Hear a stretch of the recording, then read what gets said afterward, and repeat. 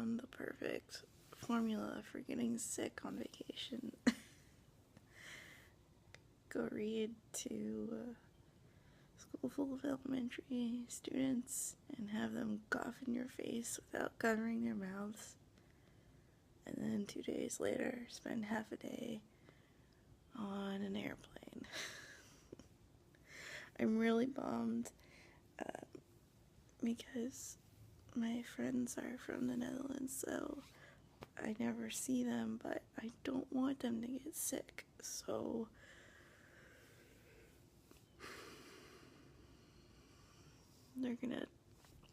I just asked them to, excuse me from this morning's activities. I'm gonna try to get better.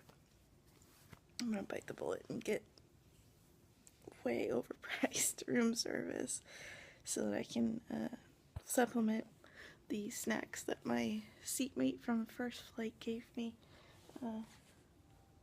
A plum, raw almonds, and she made sure to get a bunch of extra cookies from the flight.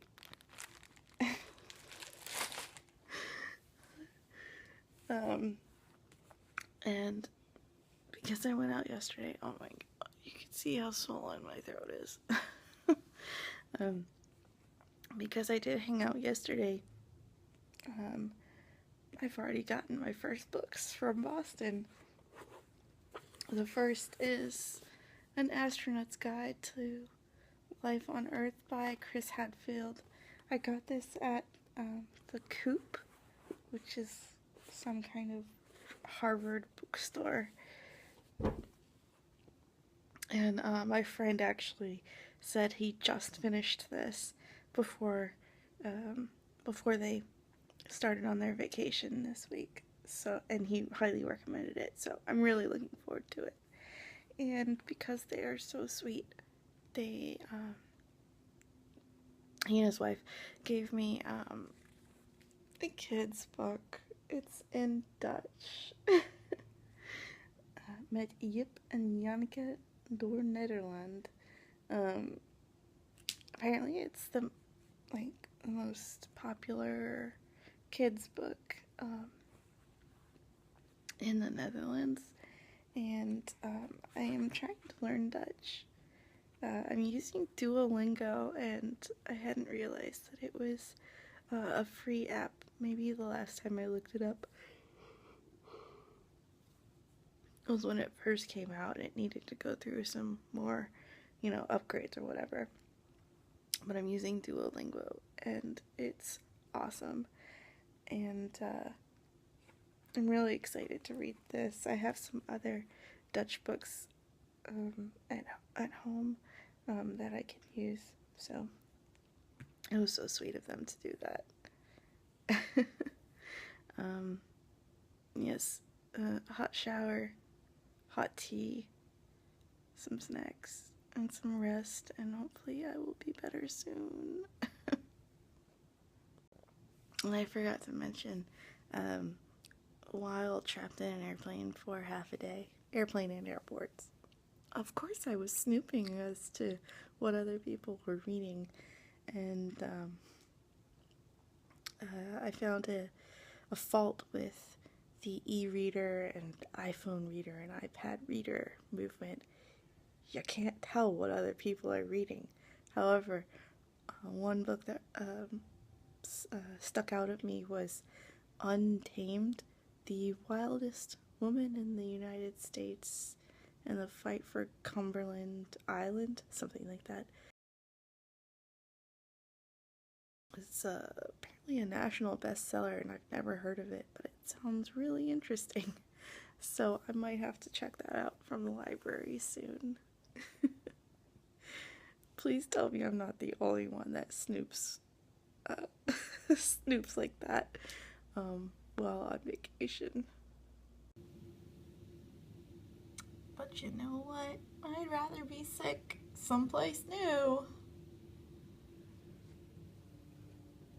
And I will not be jealous or bitter that the Charles River is on the other side of this hotel and I do not have a view.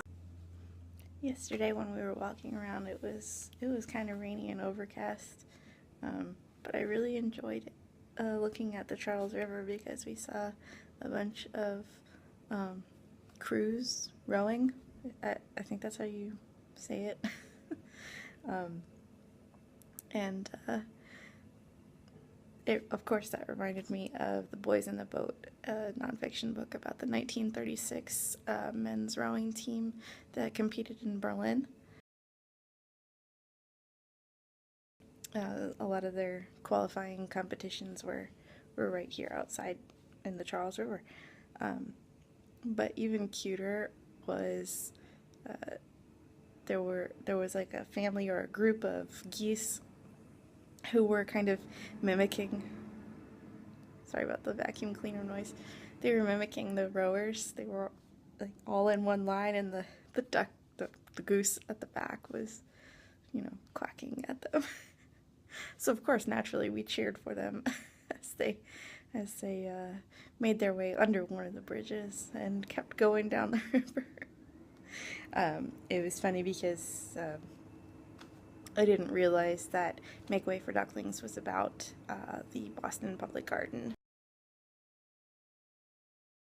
So I'm hoping to pick that up for at least one of my nephews. So.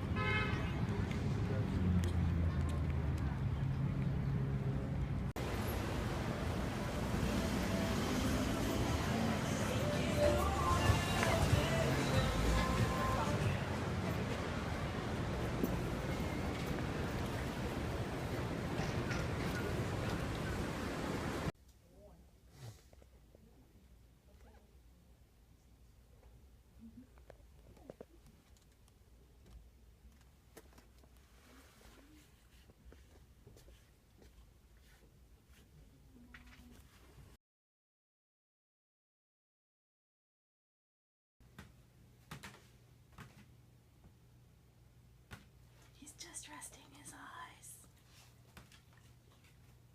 Totally. I met up with not just my old friends, but I met Candace from Beacon Hill Books, and we were both so tired from traveling respectively that neither of us took a picture or anything, so who knows if it really happened, right? But I wanted to quickly show you the 4 books I picked up in Boston that I haven't already showed, and mention that I do not recommend the Wright brothers for airplane listening, at least the last part of it, because wouldn't you know, that's when they talk about crashing. Not fun. But while at the Brattle, first I got 2 books from the outside carts. Both of these were $1 each. I got Venice Observed by Mary McCarthy. I enjoyed reading Cannibals and Missionaries earlier this year, but I've heard that her nonfiction is stronger, and I've been to Venice, so why not? And then this book is hilarious. Chuck Norris, The Secret Power Within, Zen Solutions to Real Problems. One of my brothers-in-law is definitely getting that for Christmas. And I resisted the sweet temptation of getting Carl Sandburg's biography of Lincoln. It was like a combined edition for $3 off the outside carts because it was so heavy. And I wasn't really sure if I would enjoy it as much, having just read Doris Kearns Goodwin's biography, or political biography-ish, of Abraham Lincoln. And I know my library has the Carl Sandburg bio, so I passed. But when they were putting the carts in and blocked the Lincoln section inside, my friends encouraged me to go to the second floor, because this is why we have bookish friends. They are terrible influences in terms of book buying. I found a book of essays on Lincoln called Lincoln Reconsidered by David Herbert Donald, and it's the third revised and updated edition, so it's just a collection of thoughts about Lincoln. Ooh, can you see that? And I'm particularly interested in the Folklore Lincoln, which is the second essay. Yeah. Because Lincoln. And the last book that I picked up was Andrea Wolf's The Brother Gardeners, Botany, Empire, and the Birth of an Obsession. There were a lot of good gardening books. This was the easiest to carry, and I was sick, so excuses. It is about the birth of gardening, bringing to life the science and adventure of 18th century plant collecting. How 6 men created the modern garden and changed the horticultural world in the process. So I've really been into gardening lately, and I'm particularly interested in learning more about gardening. My favorite gardening YouTuber, Sean James Cameron, reads gardening books in his garden, and that sounded like a fantastic idea. So I'm really excited to read this, and it has some pictures I cannot resist, like these scientific drawings of plants, mostly plants, but also animals. So I just had to get it. Boston was great. And then when I came back the next day, I went to work. I have a job. Yeah. So more on that later. Thanks for listening.